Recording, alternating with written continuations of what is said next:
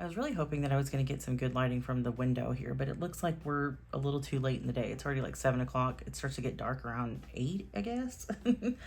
But hey, how are y'all? I know that it's been a minute since I've made a video, and I always say that at the beginning of these videos because it usually is like a 2-month interval, but you know, life, whatever.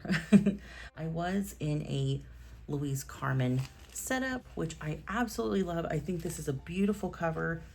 And I am still using this as a journaling setup. And I'll just show you guys that pretty quickly. Also, before we kind of get into it, look at the patina on this. Isn't that gorgeous? It smells really good too. So I've been using this insert as a journaling insert, and I've been keeping up with it. I don't have any rules when it comes to the journaling. I don't have any expectations or anything like that, but I did start it in May. So you can see here where it says May, and I'm down to the last couple of pages, which, let me tell you, I have not done that in forever. I have not been able to finish an insert in years. I get very, very close, but then I get bored and then I move into something else. But since I'm not planning in this, and I'm just using this strictly for journaling, it's actually getting pretty filled up. So I have the last couple pages here, and I just wanted to actually keep these separate for my most recent experience, which was a ghost concert. So I finally went to a ghost concert. Have never been before. So if you're one of the people that know what I'm talking about, the Ghost Band, love their music. And on top of that, I think that they call the concerts rituals. So this was our first ritual. So we went to this, like, I think the 15th, and I wanted to save these last couple pages for reflecting on that.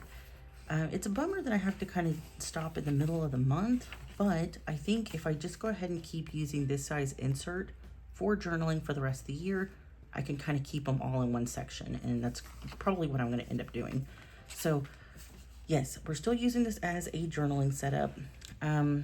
Every few days I might get a wild hair up my butt and think that I'm going to use this for planning, but then I kind of drop it because it's too big and it's too massive. But that's just how it goes sometimes. In recent years, when my kids were in school, and of course they're grown now, I think my youngest is 19, my bonus son is like 19, my son is 20, and my daughter's 25. So we haven't had kids in school for a while, but when they were in school, I used to have this habit of having a bigger planner for the school months and then a smaller planner, which I'm using a pocket at this time. I used to have the smaller planner for like summer months. And honestly, I don't know why I stopped doing that. I guess the idea of having to have 2 planners throughout the year, but if I'm being honest with myself, I can keep everything pretty easily organized if I know that these are the 2 planner sizes that I'm going to be using. I figured I would go ahead and try this again, see how that worked.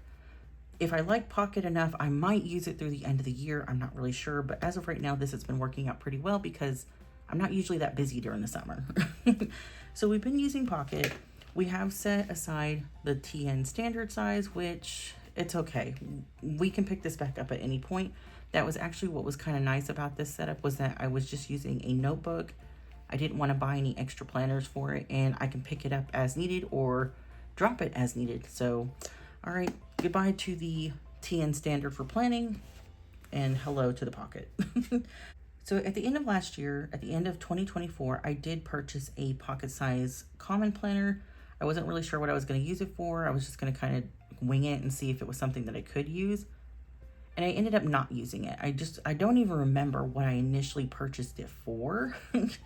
But if I'm being honest, I've just kind of been in and out of it for the last year. Like, I would get into it for a couple weeks or a week, and then I'd be like, I'm back to something else. And because I don't post, but like every other couple months, it seems, it just might not seem like I was ever in it. But I thought it might be fun to just go through and kind of show you guys how I'm using this planner as of right now. And again, with the YouTube curse, I'm probably going to talk about it today and then be bored with it tomorrow. But I don't know. That's just how it goes sometimes, I guess. But here we have my pocket size common planner here. It is in the horizontal layout. That might be the only layout. I'm not sure. Correct me if I'm wrong, if you guys know. I'm not sure if it came in vertical. I do know that it came in like one color and it was like horizontal, which was fine with me because I actually like horizontal. But it does have a monthly section, you know, just like a normal standard common planner. So I did decorate the front a little bit. So I have some dashboard papers that I bought online. I think these were from Starstruck Designs. And I have some information here. I had my husband's news schedule. That's another thing that's been going on. I've been trying to navigate what we are doing on a weekly basis because my husband's schedule changed. So now we're just trying to figure out what days off we have together, what time we can do certain things together. If I need help with something, can he help me on certain days or times? So the schedule is all fucked up. I hate it. He hates it. So that's another thing. But over the last couple months, it's been such a pain in the ass to try to navigate that. But anyways, we're getting better about it. So hopefully my filming schedule will kind of be fixed and remedied at that point. But that's another reason why I haven't been posting. We've just been trying to figure that out. Anywho, we're just gonna move on. I have been in and out of this planner all year, which is actually kind of nice because some of it's filled, some of it's not. But here, I'll show you guys what I've been doing. So June, I went ahead and moved in here. So I did a June dashboard, did a July dashboard.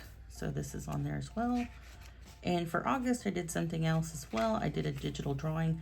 And also, if you haven't been following me on Instagram, I've been using these as free dashboards that you can just screenshot and you can print out however you want to do it.